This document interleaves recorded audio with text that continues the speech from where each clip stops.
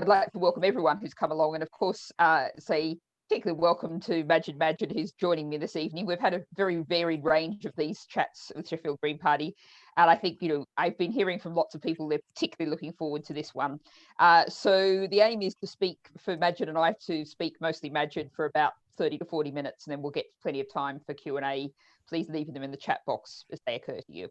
So, Magid, I think there's probably a lot of people on this call who kind of know the story, but perhaps in sort of short form, how did you get to the point of writing the book? Okay, fantastic. So Sheffield music festival called Tramlines in 2018, when I was Lord Mayor, reached out and they said, Magid, we've got a massive billboard. You can put whatever you want on it. Just let us know. And I thought, fantastic. I didn't have an idea at the time. It was the festival's 10th year anniversary. So I thought something around the number 10. And then I thought if there was a 10 commandments, like there was Sheffield 10 commandments, what would it be? So I kind of just came up with what I thought just could be. And plus they weren't exclusive to Sheffield. They were all quite universal themes, to be honest. And then that's what ended up being on the billboard at the festival, and ended up being the most photographed thing at the festival. And it took a life of its own. And then like some media kind of got behind it. Some praised it. Some people thought it was absolutely outrageous that I would do that. And then I guess from that when it was due to coming up to the end of my term as Lord Mayor, and I had a publisher reach out and got myself an agent, and then I just basically, they said, have you thought of writing a book? I said, no, it's not something I've thought about. So I went away, just thought about it and put together a book proposal, and then had to then basically write it. And then I just thought that would be, I guess, those 10 commandments, which are like manifesto points in themselves. I thought that was, I guess it was broad enough, and I thought it could be the backbone of the book. And it was just taking 10 big themes and kind of, I guess, looking into a bit more depth while using stories from coming to the country, growing up in a post-industrial northern city, talking about time and as a councillor, Lord Mayor in the European Parliament, and everything and in between. So I just thought, and then, yeah, here we are. Very much so. And I'm taking the small liberty that I'm going to structure the questions around all of those headings from those commandments. Although I've rearranged them a little just because I think 10 questions might be a bit long. So I've just rearranged them a little. So we'll see how they all fit together. But and I was also want to say, for anyone who's listening who's thinking, well, Natalie, you're in the House of Lords, how are you going to read out some of these things? I'm suspending all rules against parliamentary language for this evening. I'm just going to have to remember not to use them on Monday when I go back into the House of Lords. But so with that sort of prequel said, I've put 3 of them together to start off with, and these are 3 of the commandments, 3 of the chapter headings, one of which is be kind, second of which is don't be a prick, and a third of which is always buy your round. So perhaps if you can sort of tell us a bit about those 3, and if you think they do fit together or not, as you like. Over to you. Yeah, and I guess, and originally when I was putting the 10 commandments, because I knew be kind like it's, and I thought that was, I know it sounds so simple, but I reckon that's the one that can have, I guess, real impact.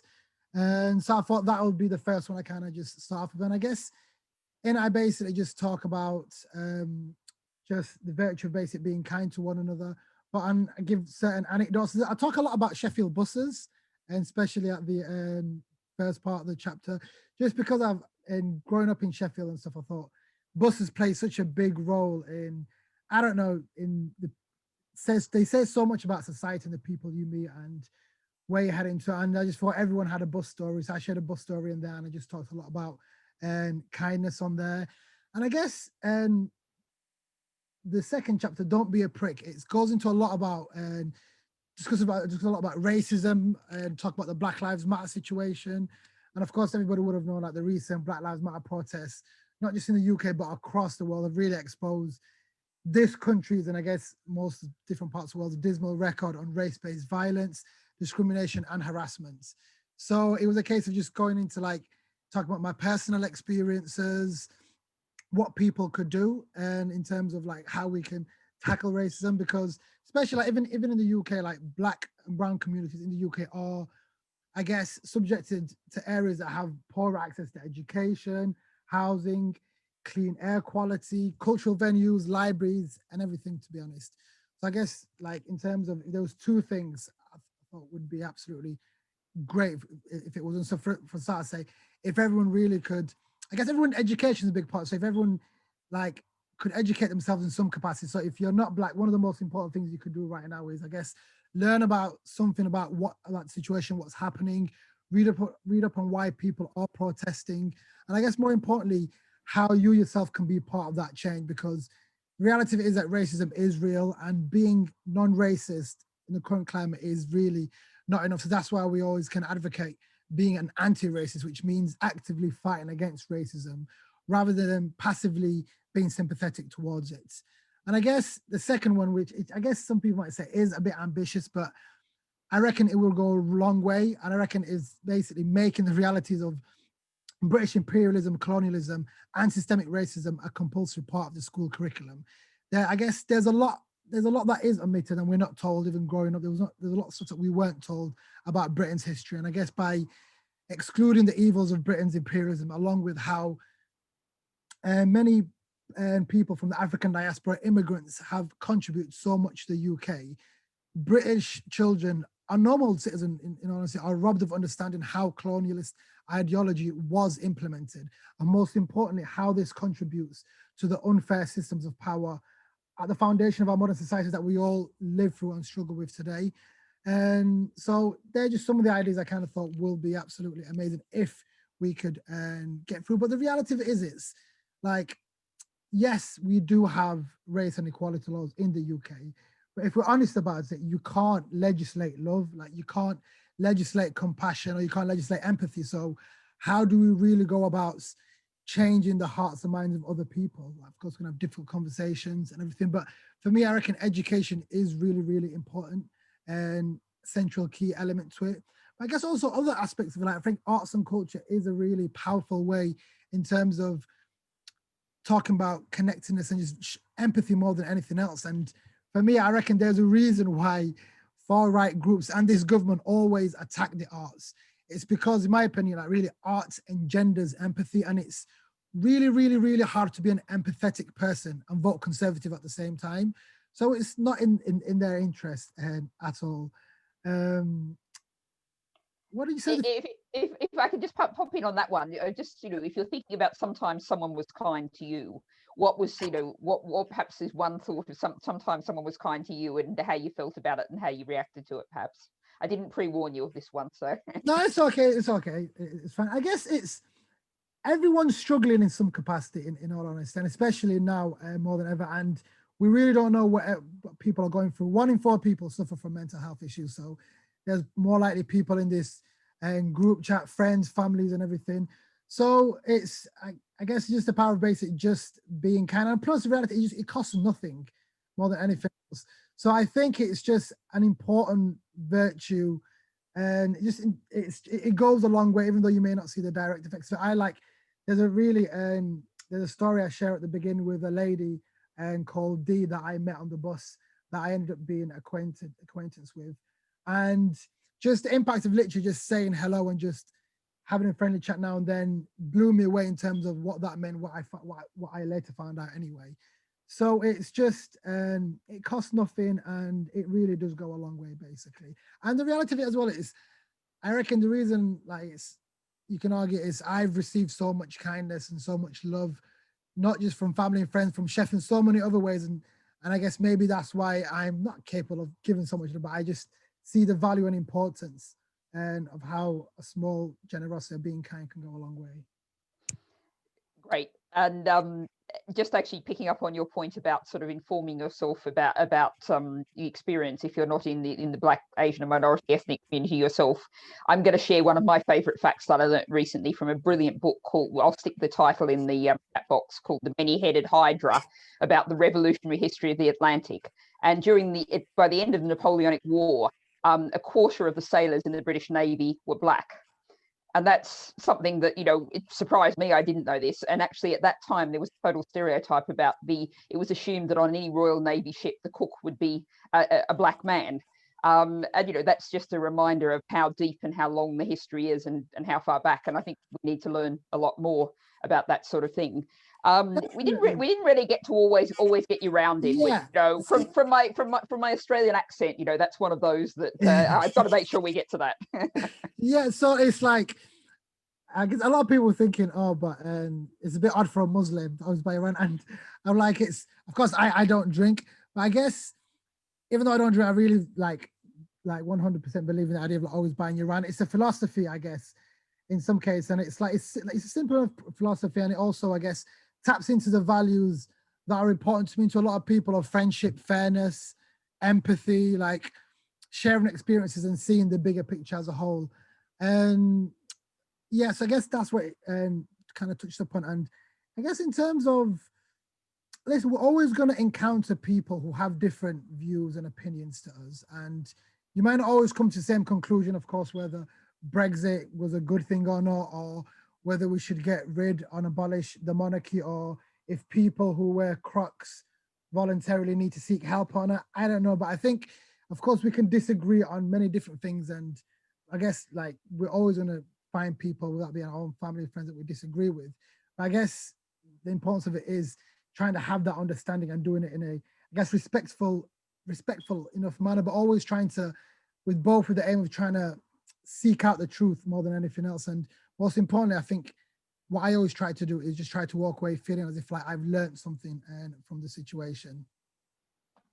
Yeah, no, you're reminding me. I was in Darlington during the referendum campaign, and I was staying at a B&B, and the landlady was an absolute fervent Brexiter, and like, it's breakfast. There's a limit to how much I want to have a Brexit debate over breakfast. So I tried to find, what can we agree on? And we agreed we didn't want the A&E at the hospital closed. We agreed that multinational companies should pay their taxes.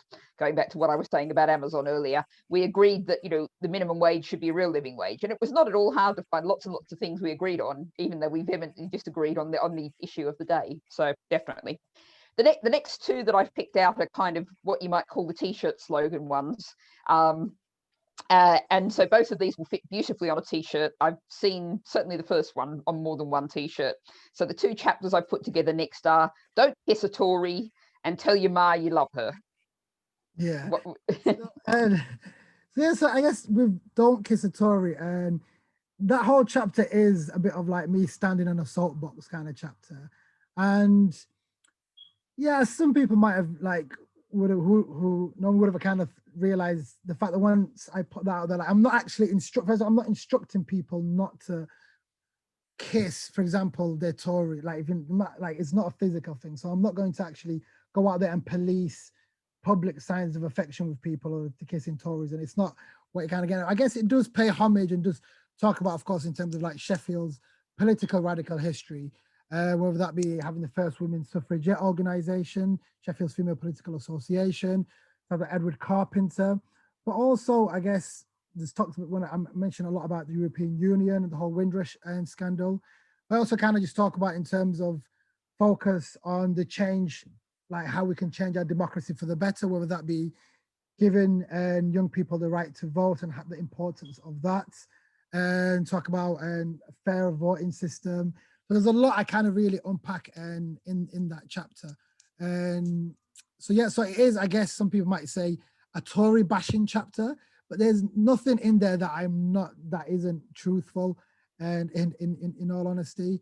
And I guess I even also just briefly kind of just touch upon, like, it's just by like, I guess, case of like representation is really, really important, but having black and brown faces in high places alone isn't going to solve the inequality and the struggles a lot of people of color and BME people go through, because the examples of Sajid Javid and the Home Secretary using their immigrant backgrounds as a way to keep on pushing more draconian policies, and as if like it's fine that like they speak for all migrants and they represent all migrants or children of migrants, which couldn't be further from the truth. So I kind of tap into that a bit. And in terms of, I guess, Tell Your Ma You Love Her, that's, I guess, a lot of that chapter, I really just talk a lot about gratitude and more than anything else, because it's hard work can only get you so far in all honesty. Of course, you need to hard work, but sacrifice, or the sacrifices my mother made, friends that grounded me, people in Sheffield that supported and voted for me, And yeah, so it wouldn't have been possible if I didn't receive that. And I guess one of the things you learn about when you're involved in politics, that you can't do everything by yourself, that you do need support and rely on other people. And so I really kind of just talk a lot about that in that chapter, and tell you my love, yeah. So, sounds great. Okay, the next two chapters or commandments that I put together which hooks into one of my favorite areas, which is see the good and don't lose hope. And, you know, people will often see, in fact, I was doing it this morning over in Lancaster, they've saved a piece of woodland from having houses built utterly inappropriately on it. You know, my hashtag is campaigning works. So, you know, see the good things and don't lose hope. I think they're great messages. Perhaps you can tell us a bit more about them.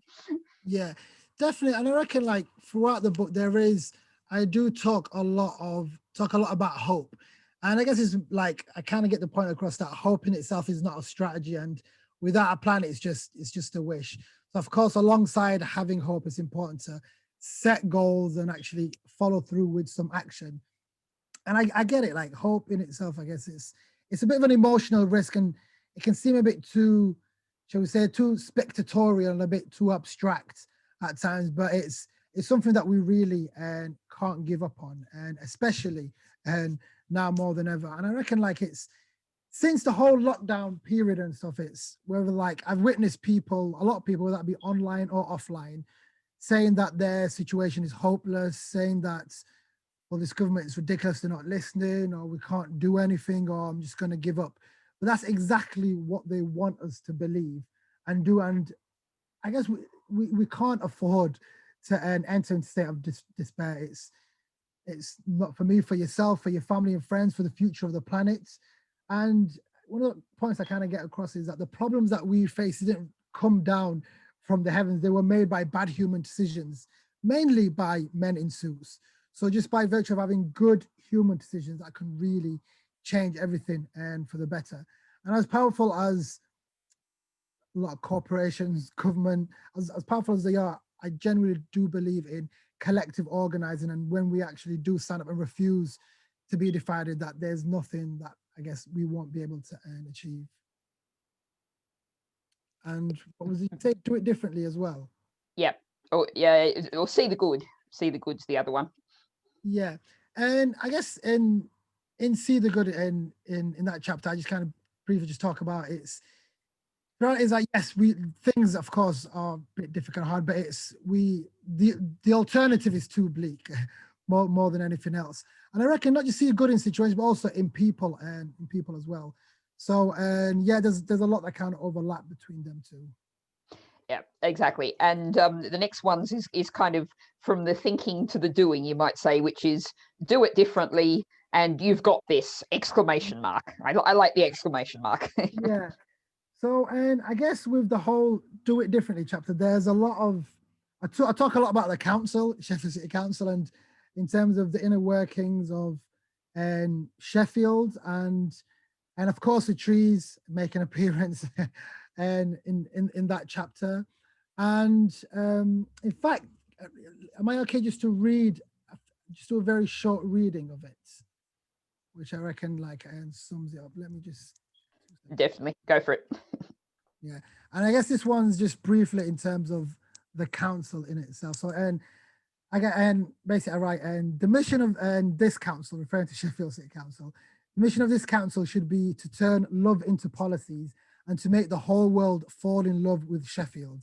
I know it's a massive ambition to have, making the whole world fall in love with just one city, but I know it's possible. And to all the councillors and those in leadership roles, for our city to flourish, I say this: have the biggest ambitions, let your imagination be the limits of what's possible. The shopkeeper of 43 years, the struggling artist, the single mother, the newly arrived refugee, the far from home student, the hundreds of thousands of people with intertwined dreams living between these 7 hills and 5 rivers are begging you to see no limits and fear no critics. And then it kind of just goes into talk about in terms of how we can all, in our own capacities, everyone's got some, I guess, some degree of influence. We've all got our own skills and how we can all take that and do something, because every single one of us, I guess, if you look, whether that be work, friends and family, have some influence. And yeah, there's a lot that we can do with that basically. And I'll just read another quick chapter, which basically goes, speaking truth to power and acting accordingly to our capabilities and opportunities, wherever that may be, is our collective responsibility. Within the fight for a better world, there is hope for every one of us to help make that a reality. With an activism fueled by compassion in charity, politics, or protest, we can do things differently. And doing things differently can be scary. And there are people who will hate you for it, but there are also people who will love you for it and want to join you. You might even change the world in small ways or large ways, or spark others to do so. If you keep doing things how they've always been done and sticking to outdated traditions, you risk never knowing what it's like to succeed. So let us make a promise to not denigrate, but to inspire. Rather than bemoan the present, let's paint a picture of what might be. Instead of inciting hatred and instilling fear, let's rise above the chorus of our age and dare to sing a different song.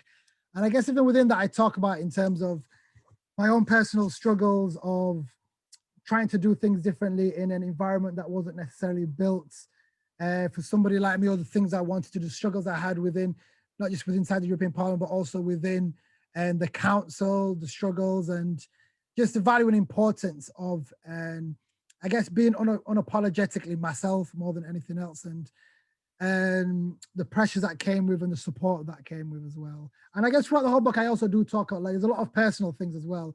So even especially like in the chapter of Don't Lose Hope, there's a lot of like personal stuff I kind of get into and as well. So yeah, so there's a lot of things that are covered basically. And in terms of, yeah, I guess the last chapter in itself is, I guess, trying to finish off on a real high and try to bring it into the context of the kind of current day things, especially with the recent global events and how they've transformed what is politically possible. And of course, the coronavirus has exposed not only the deep inequality within our society, but has also proven what many of us have been saying for a long time, that we are only as secure as the most vulnerable amongst us.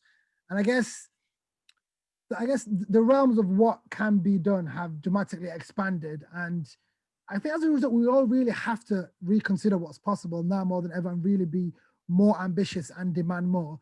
And because I just remember, like, for so long, we've been trying to tackle homelessness and we got told it's not possible.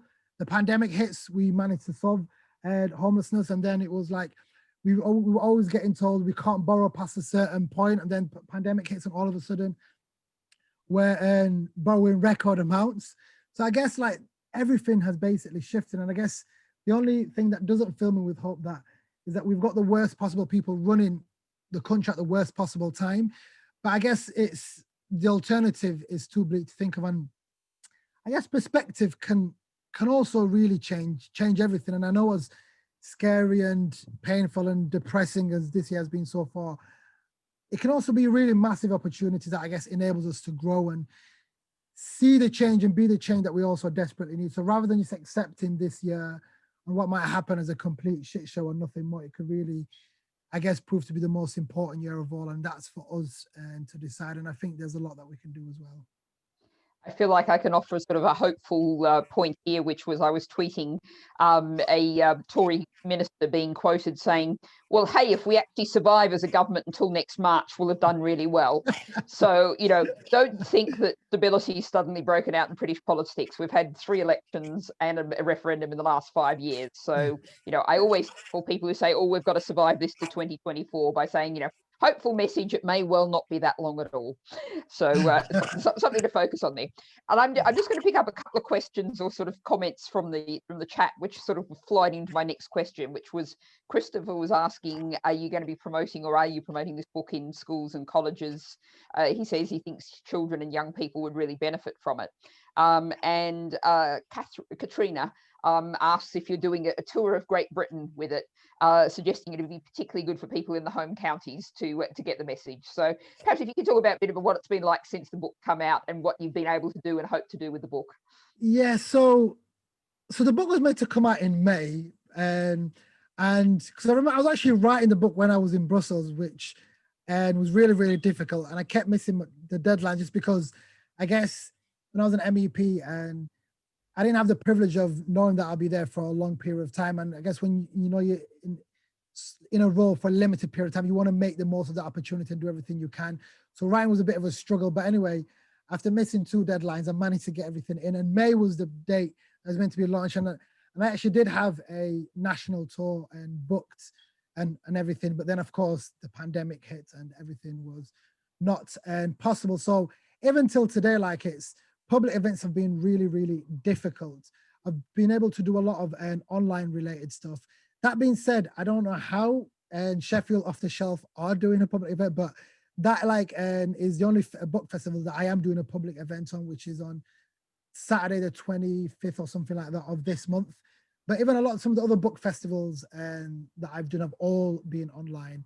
So yeah, so in terms of I've strangely enough, working with schools and stuff is something I've always been, even when I was an MEP, even during the lockdown as well, whether that be answering questions or doing Zoom chats with school children and stuff like that. But and I reckon I'll continue to do that. But in terms of physical events, that's a tricky part. And so everything's basically just on Zoom. But I have got a physical event at Off the Shelf. But yeah, hope that answers the question. Actually, I have a thought. I do with speakers for schools. I don't know if you haven't had any contact with them, I'll put you in contact, because I'm sure they'd love to do a speakers for schools events. And they reach into particularly disadvantaged schools, so that's something very good. There's a great question from Shadia in the chat, which I think we'll definitely start with sort of the formal questioning bit with. They ask, in hindsight, is there a commandment which you would want to add to the list? Because we always, if you get in a debate or something, there's always one more thing you'd like to add afterwards. So is there one you can fit in, or one you'd like to add? And I remember I actually tried to fit one in, because once at the festival, once the 10 Commandments went, I was like, I wish I added some. I guess because it was it was very Sheffield specific focus, and the 11th one that I basically started putting in when I was talking about it or writing was "Be Good to Trees." Just because I thought that was a very Sheffield related, and I guess it also can be universal. But yeah, so I'll be honest with something, I guess, more explicitly related to do with the environment, I probably would have, and I'd probably put in. Okay, and there's a couple of people asking in the chat, sort of, what's next for you personally? What kind of direction are you heading in? Or are you trying to have a little bit of a break after, writing a book while being an MEP and everything else? Yeah, I can't ever sit down and I guess I'm one of the people that always has to be doing something or working on something. So in terms of work-wise, now there's 2 things that I'm doing. So one of them, I'm currently working with a couple of European organizations in setting up a network of people and activists and groups from across Europe that specifically work in the intersection between climate and race. And so that's that's been taking a lot of my time. And I guess the reason I'm doing that is I guess it's honestly, it's clear and crucial in terms of the connection between race and climate. And we can't talk about the climate crisis without recognizing that is also an inequality and race issue. And the effects of the climate crisis at the moment is predominantly caused by people who have got a lot of money, or the elites, and it is unfair and unequal. So it's something that was created by the privileged few, but is sadly affecting and hating ethnic minorities and marginalized communities. So that's basically a project that I've been working on. And the other thing I've also been doing is partnered with a university in Amsterdam, which is an arts university, in heading a program called New Politics and Afrofuturism, which is a 6-month post. And the program, basically just, and it's led by me as well as some other international tutors, but it really explores how we use popular culture as a powerful vehicle for propelling progressive and social justice narratives to mainstream audiences. And so they're the 2 things that have been taken up, work-wise been taking up time. But even then, I'm this stuff that I'm involved in and I'm kind of working on, or just I'm also doing on the side. But I guess in whatever I do, for me, I always have to feel like I'm having a positive contribution. I'm playing a positive contribution to my community, to those around me and everything. And so yes, I'll continue being an activist in whatever capacity that I possibly can. And I reckon, especially on just through the networks and the work I was doing in the European Parliament unit, it kind of made it easy transition to do some of the work I'm doing with some of the European organizations and stuff. So that kind of, and plus like the reality of it is like, it's the climate crisis has no borders. And so it's not interesting to kind of work together. So yeah, so we'll see. So that's basically what I'm working on at the moment. And in terms of like a couple of years time, I've absolutely no idea. Well, I think at the moment that's the situation a great many people are in. That's a pretty common situation. But just sort of picking up on that and what you were saying before about sort of the artistic and cultural creative communities, because of course so many of them are having a tough time at the moment. But it sounds like, you know, you're doing some things and you're involved in some things that are positive. What are you finding, you know, what are you seeing in terms of people finding new ways to do things if they haven't been able to do the old ways of doing things? Are you seeing positive things happening?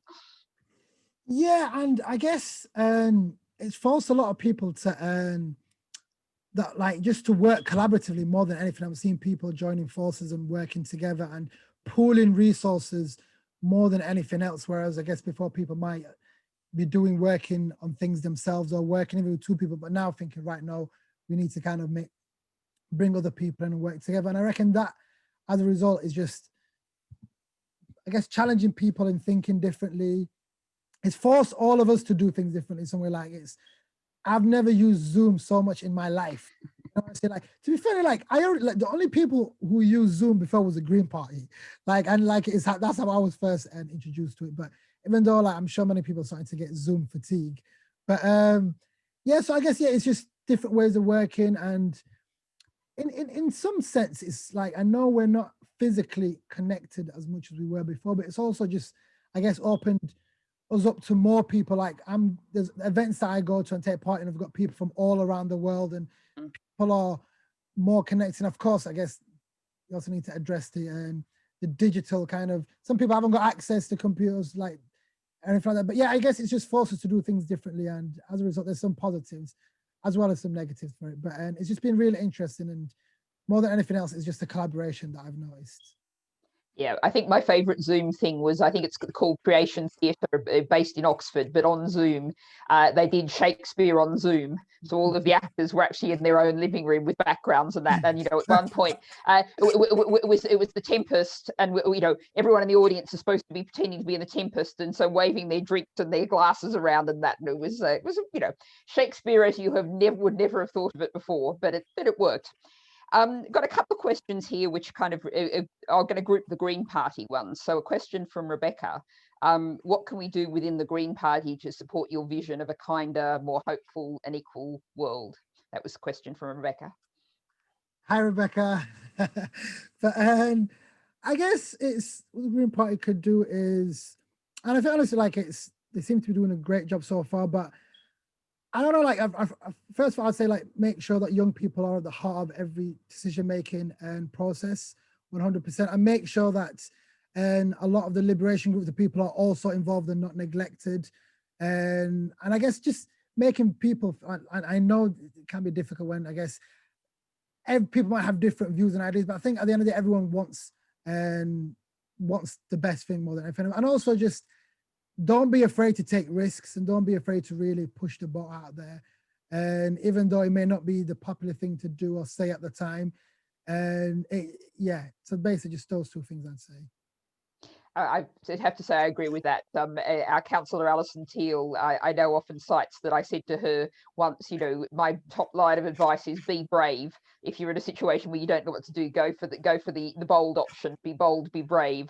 There may have been times when she really held that against me, but, you know, it all worked out well in the end. And if anyone hasn't seen it, you know, there's some really powerful finding against Sheffield Council and essentially in favour of what all the tree campaigners did coming out this week. So that's something to look out for if you haven't seen it. Like, I always think it's better to get in trouble for something you did than for something you didn't do. So it's like, it's yeah, like you said, like it's having the courage to really just be like, yeah, I'm like, you might be doubting yourself. I'm sure we all doing our own work and stuff like that, but you're thinking like, no, and I reckon, it's just more of that. Yeah, I was having a bit of fun doing that, commenting on Tony Abbott being appointed to a trade post for the UK on yesterday. So having fun with that one. Question from Ben, also Green Party related one. Assuming we will not get PR proportional representation anytime soon, how do the Greens appeal to more people, specifically working class folk, who are now more likely to vote Tory than any other party? Not quite sure that's true, but anyway, how do we appeal to the working class vote? The question from Ben. You know, I've always believed that the Green Party policies are best in terms of really connecting and engaging with working class people. But I guess we can't expect working class people or other people just to kind of come to us. And I think we really have to do the work ourselves and really make sure that we are active in those communities, but also like just showing solidarity, like whether that be and if they're part of and whatever struggles people are facing with, and making sure that we are there to kind of be a voice or to support them or even give them a platform, or just make sure that they see us as an ally, but also as a real alternative. And so we do that really well when it comes to local elections, and it's how do we try and translate how well we're doing the local elections to the national and kind of an election. And you're right, like it's the voting system is against us, but you know, like everything's changing. Like I get it. Listen, like the voting system might not change anytime soon, but I reckon we're not in the same place that we were in a couple of years ago, where it was really hard to move the needle and anything like that. I reckon people's traditional ways of voting are really starting to change. Who would have ever thought certain constituencies would have ever voted conservative, as terrible as it is? And I reckon people are looking for alternatives. And I'd like to think the kind of major political parties are starting to realize that they can't take people's votes for granted. And I reckon there's a lot that we can do, but it's a case of bringing people with us, but also being active in those communities and providing. And because people I reckon people just want change, and sometimes they don't know what that change can look like on one hand. And I guess it's also to kind of provide the ideas and the hope. And a question from Callum, as a successful person of colour within the Green Party, what do you think the Green Party can do better or more to increase the membership of people from different communities? I guess what the Green Party could do is provide space, encourage people, but also, like I said, I reckon we have got the messages, we have got the policy, we have got what we can stand for, but I guess it's just being visible and actually engaging, go and take, like, making the effort and actually just not expecting people to kind of come to us. And I remember, like, I'm sure you do now, I remember it was one of the most embarrassing moments. I guess being a Green Party representative was it UKIP or the Brexit Party that had more people of colour represent, like, candidates than we did. And I just thought, oh my God, how is that even possible, you know, honestly? And I guess even if you look at local, national, like the people that we elect as leaders don't reflect the people that they're there to represent. And I think people are looking for representation now more than anything else. And I reckon the Green Party has got its heart in the right place, but I reckon there's still a lot more to do. On which line? I'm not going to put you on the spot on this, so I'm not going to phrase this as a question, but I'm just going to reflect a comment from Graham in the chat box, which reflects that you'd be an amazing candidate in the next general election.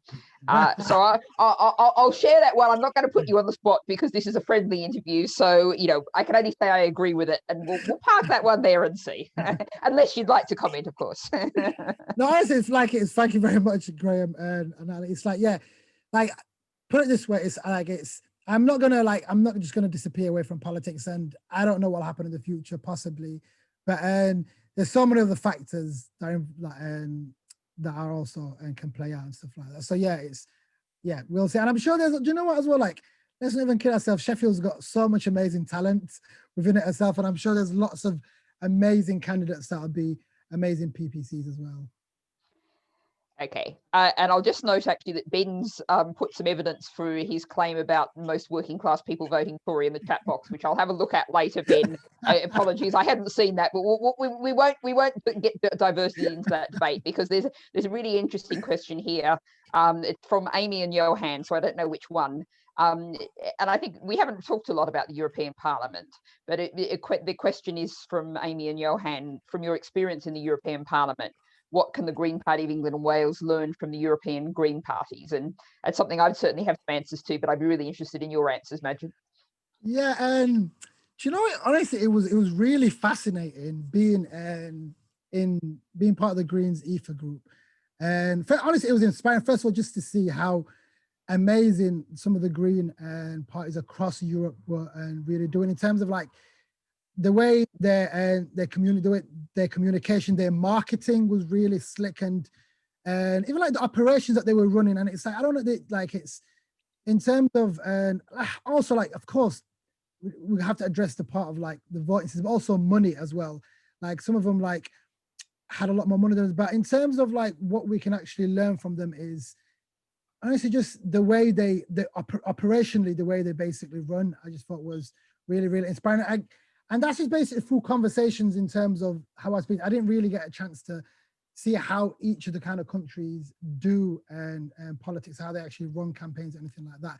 But I know I did speak to the campaigns manager from the Netherlands Greens, and they seem to be like, especially how they really engage young people, and especially groups and communities who do feel disenfranchised with politics, and how they actually do give them a voice. I reckon some of the things that we can learn is things like that. But guess what was really interesting was, like, not related to the question that I kind of picked up on, was there was a real, in terms of like it's the Greens Ether group, how at times it was divided even within the Greens Ether group by like between countries. So like, for example, the two biggest groups were the French and the Germans, and at times they would kind of come to loggerheads at times, and it was the French thing, like Germans. I guess that's it's deep rooted, but I guess as a whole, honestly, like there's a lot of really inspiring people. There's some, I'm honest with you, like also as well, even within the green groups, there's a lot of politics that are completely different. Like you'd be surprised in terms of, you think some people are really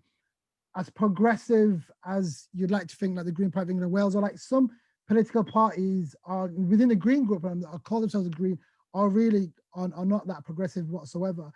But I guess we all kind of do come together on the basis of that we, in terms of the values and principles that we have, we do kind of share, and environmentalism is at the heart of that as well. So, but yeah, it was really fascinating.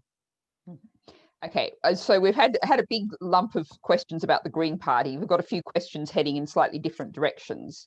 So a question from Ruth about, can you talk a bit more about the Black Lives Matter movement and what impact it's had on your thinking? I mean, it's something that obviously it's been around for a long while, but it really has leapt up the agenda and made an impact. What have you learnt from that? What's your reflections on that in sort of the last 6-12 months? I guess there's always been racial inequality in the UK, Europe, and the world.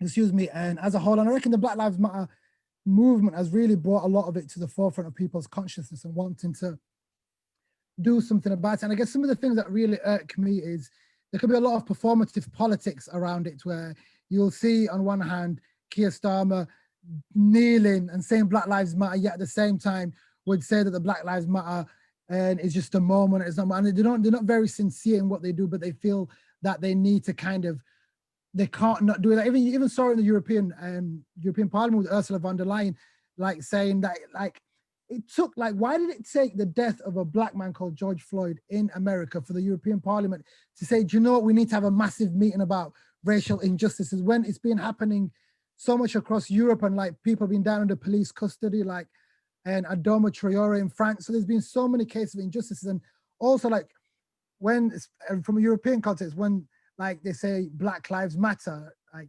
which Black lives are, like, clearly the Black lives that are trying to cross the Mediterranean. And I sadly then, like, well, clearly you don't mean those Black Lives Matter, because you're happy to kind of not do anything, or to put sanctions on countries that are criminalizing people who are trying to give them safety. So there's a lot of talk, there's a lot of performative politics around it, but I reckon it just comes down to action more than anything else. And of course, like I said, I do welcome, because at the moment, like, the EU are like upgrading, shall we say, their race policies and stuff like that. But it's like you said, you can't legislate these things, and I reckon it's more deep rooted, and we do have to look at education, other ways to really kind of change that. And it's tough. And even in the UK, it's like it's been ongoing, like in terms of like race, and would that be myself? And you know, the people that, like, from my experience, and I'm showing the data, is women that suffer from it more than anything else. Discrimination as a whole, like that be Islamophobia, racism, but it's racism comes in all levels, micro, macro, structure in your workplace, in so many different areas. And it's great on one hand that people are discussing the issue and talking about it. But like I said, we all have to kind of make sure that we are anti-racist and we are actively doing something about it. Yeah, and I mean, we're about to see the immigration bill come back into the House of Lords, and we put, at least, the one that I hope there'll be the biggest fight on. I'm hoping to see will be, what's known as the Dubs Children Amendment, and Britain refusing to accept, unaccompanied child refugees in other parts of Europe who have relatives here who can care for them and look after them. And, we have a government that's not doing that. And that kind of thing just has to be screamed from the rooftops, I think. Because apparently, as a country, we can't afford it yet. At the same time, we can afford sending bombs over and basically just contributing to the reason why a lot of these people are having to flee in their countries in the first place. So it's completely immoral in every sense, to be honest. And I really hope the Dubs Amendments really does go through. Yeah, and I mean, also the other thing we're doing, of course, is shipping huge amounts of weapons around the world. We're a huge arms exporter. And, I think particularly in terms of Sheffield, the Yemeni community, that's something I hope we'll be able to do more to reach out to, because, we've always been really strongly, saying we should not be selling arms to Saudi Arabia. And that's something that hopefully we can do some more work on. I'm just going to put my own one little plug in there, just so I can get one plug in. And sort of kind of related to that, you were talking before about how climate change is impacting on basically the people who've done the least to create the problem impacting. So Katrina asks about Somalia and the situation in Somalia, and whether you can comment on what's happening with climate change there, what the climate emergency is doing. And, she asks rather bluntly, can we make Western countries get their head out of the sand and realize the climate crisis is a global issue? Which is a kind of big question, but maybe start with Somalia.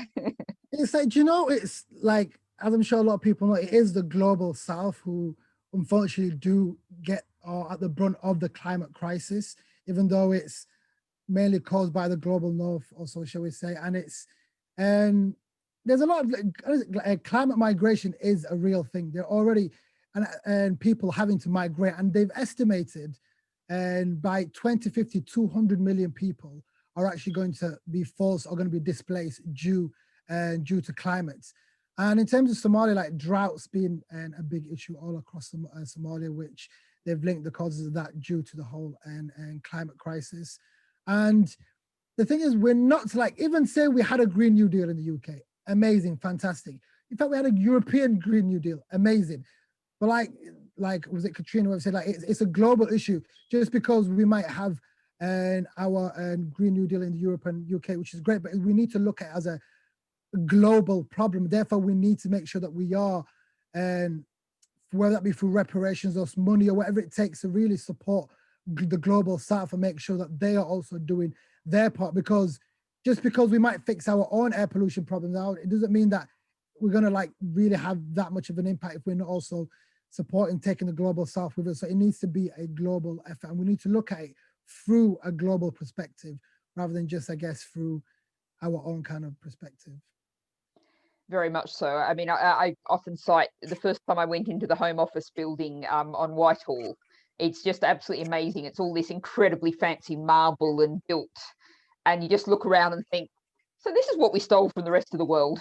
And, this is the foundation of lots of our wealth. But, it's so true. Even if you go, I'm sure people know about the British Museum, which in my opinion is just an active crime scene. That's literally it's all it is. And it's the amount of it's as if we've stolen all this thing and we know it's been stolen because people have written about them, that they've been stolen. And when countries ask for it back, we say, oh, we can't give it you back because we've not stopped looking at it. So we're we need to carry on. So it's I know in Nigeria at the moment, and they are putting together the kind of first national museum. And they used to be part of an area in Nigeria called Benin, which was at one point, I think, the richest part of the world, or whatever. And there's these plates, kind of golden plates in the British Museum that they've asked for it back, saying that we really want to use it to kind of open a new museum, that we want our stuff back. And I'm sure you all know about the Indian and kind of jewel, which is in the crown, which is in the Queen's crown.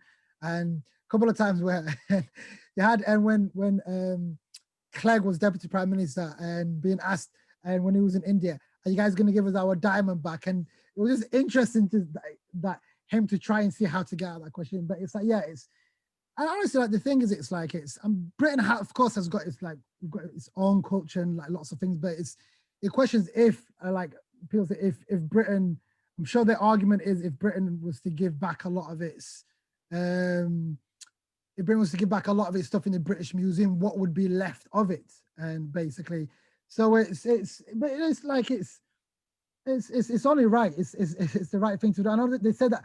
I think one of the British Museum said that we'll loan it out to you, but you can't have it, kind of thing. So, but yeah. Anyway, digress.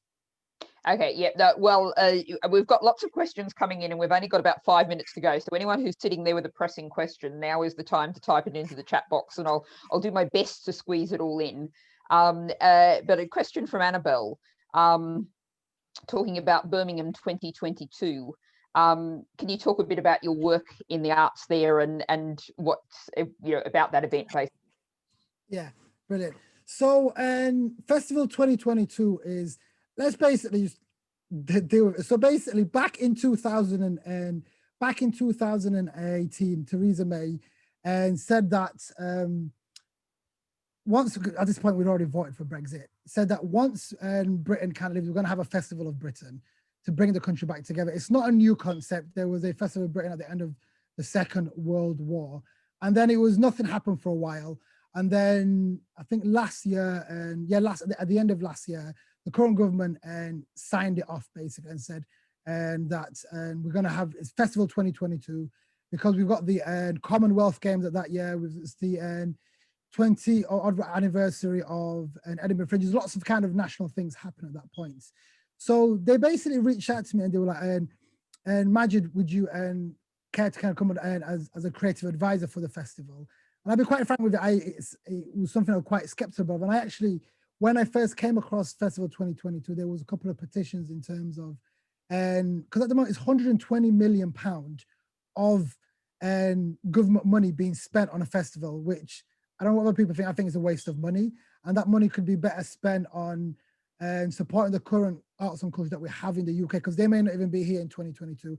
And I actually remember even signing that petition and sharing it. So I was quite intrigued when they actually came to me and said, oh, like, would you care to be a creative advisor? And for me, it was a case of first and foremost finding out the fact that it had nothing to do with the Conservative Committee. It was an independent organization because the SNP were also involved in it. The other kind of governments were involved and national governments were involved in it. But I guess I thought to myself, okay, it's completely independent and I can't it's the festival's happening. But then I thought if I could at least have a seat at the table and make sure that money is being and influence whatever I can to kind of make sure that money is being directed into, I'll be quite honest with you, mainly northern kind of regions, whether that be Sheffield and Yorkshire, who are completely neglected when it comes to Arts Council funding or whatever it is, or struggling, and kind of use whatever influence I can at the table to kind of push for that and make sure, I guess, and people of color and working class people are represented.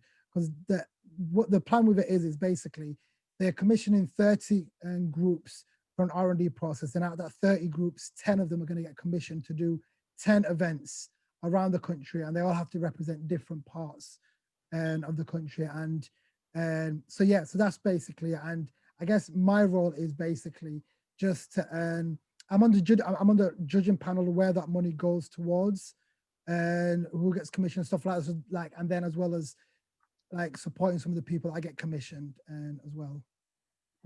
Okay, I reckon we're going to squeeze in 2 more questions because they're both really good ones. One from Albie is how do Greens in the global north support countries most in need in terms of fighting climate change?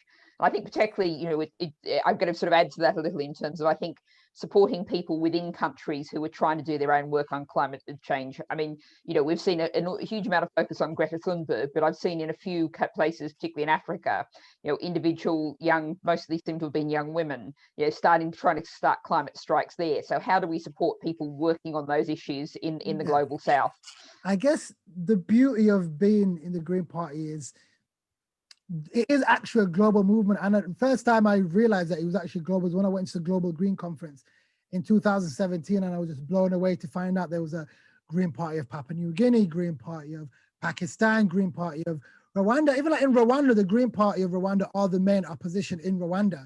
So it's like there's green parties all across in the global south. In terms of from a green perspective, like there's already a connection already there. And I guess the ways that we can support them is through resources, support. And I know like and Alice Hubbard, and she's doing some like great work with, and I forgot what organization, actually supporting the Green Party of Kenya and getting some people from the Green Party of the UK, basically England and Wales, to kind of go there and just support them in the formation of a Green Party, but also just because some people party politics might not be a thing for them or understand. Also, I guess it's just literally just, I guess in terms of what we as Greens in the global north can do is just at times also even just generally small things like donate to kind of relief efforts, and if there's basically or projects into doing and to do with supporting people who are trying to do what they can to tackle the climate crisis. And I think I'll just add to that too. I mean, one of the things was I knew a bit about Rwandan Greens partly via Twitter, because I followed the Rwandan Green leader on Twitter, and also I'd read some stories, and so I knew they actually led the fight, against the efforts to change the constitution to allow Kagame to just keep staying as president. And it was a very brave fight, and the deputy leader of the party was very sadly shot dead during it. It really shows you what tough politics looks like. And even everyone, if you're on social media, adopt a global Green Party somewhere in the global south, and just let people know what they're doing. And that's something that everybody can do really simply and easily. But I promised we were going to finish on time, and we have the absolute perfect last question here, sitting in the chat box to finish off on, and it comes from Christopher. Again, I think we've got 2 questions in, but it's such a good one. I'll let that happen. So Spike Milligan famously had on his gravestone, "I told you I was ill." How would you? I think you're a bit young to ask this question, really, but how would you like to be remembered? Do you know, like honestly, it's I've absolutely no idea. Sorry to disappoint, Chris, but I guess it's I don't know. I guess someone who basically just fought for justice in every sense of it, basically. Yeah, that's probably what I guess like to be remembered. But if not, I'm not that bothered, to be honest. I'm not someone that kind of like cares too much what people in the future is going to be thinking about me. But yeah. Okay, I think fighting for justice, that's a lovely point to finish on, because it kind of covers, I often cite the Green Party philosophical basis that says economic and environmental justice are indivisible. So I think justice perhaps is a great word to finish on. So I want to say thank you very much to Magid for joining us this evening, doing one of, I'm sure, many discussions of the book. And I know sometimes, these things, you do a lot of them. So, but hopefully, we've had a great, friendly, supportive audience, a great team of people. So thank you everyone who's come along this evening. Thank you very much to Eamon, who's the person who makes all of these happen and look after the technical stuff, so I don't have to worry about that. Thank you to everyone who's come along. Have a great weekend. Try and get some time away. Everyone, take a bit of space to look after yourself, and that includes you too, Magid, I think. And I'm aware I'm being very pot and kettle here, but everyone have a great weekend. Focus on hope, focus on justice, and onward and upward. Thanks very much. Thank you, Natalie, and thanks to everyone for joining and for Eamon for organising.